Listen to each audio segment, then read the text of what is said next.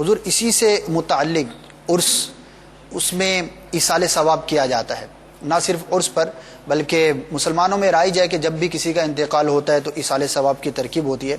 تو یہ سوال بعض اوقات پیدا ہوتا ہے کہ یہ ایصال ثواب جو ہم کرتے ہیں فوت شدہ کو، اس کی کیا اصل ہے؟ کیا یہ قرآن و حدیث سے ثابت ہے؟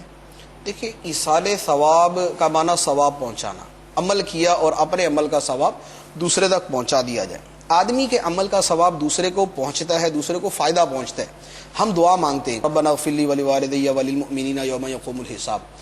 اب ہم دعا مانگ رہے، دعا عمل تو ہمارا ہے، ہمارا عمل ہے، لیکن اس کا فائدہ دوسروں کو پہنچ رہا ہے۔ قرآن پاک کے اندر دوسری جگہ ہے ربنا اغفر لنا ولاخواننا الذین سبقونا بالایمان، کہ اے اللہ ہمیں بخش دے اور ہمارے جو ہم سے جو پہلے ایمان لے ان کو بخش دے۔ تو اپنے عمل کا فائدہ دوسرے کو پہنچانا یہ تو قرآن پاک سے ثابت ہے۔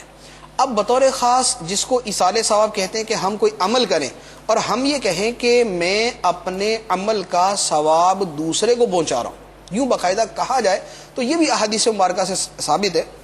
بخاری شریف کی حدیث مبارک ہے، حضرت عائشہ رضی اللہ تعالی عنہا سے مروی ہے، سرکار دو عالم صلی اللہ تعالی علیہ وآلہ وسلم کی بارگاہ میں ایک صحابی حاضر ہوئے اور انہوں نے عرض کیا کہ ان امی افتلتت، کہ میری والدہ کا انتقال ہو گیا، وَأَزُّ بولتی۔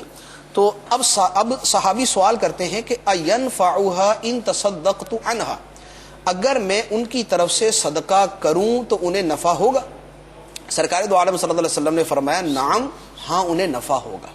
ایک دوسری روایت کے اندر یہی صحابی حضرت سعد بن عبادہ رضی اللہ تعالیٰ عنہ سرکار دو عالم صلی اللہ علیہ وسلم کی بارگاہ میں آئے اور انہوں نے آ کے دوبارہ وہی سوال عرض کیا کہ میری والدہ کا انتقال ہو گیا، تو فَأَيُّ الصَّدَقَةِ أَفْضَلُ، کون سا صدقہ ہے جو میں ان کی طرف سے کروں تو اس میں زیادہ ثواب ملے گا؟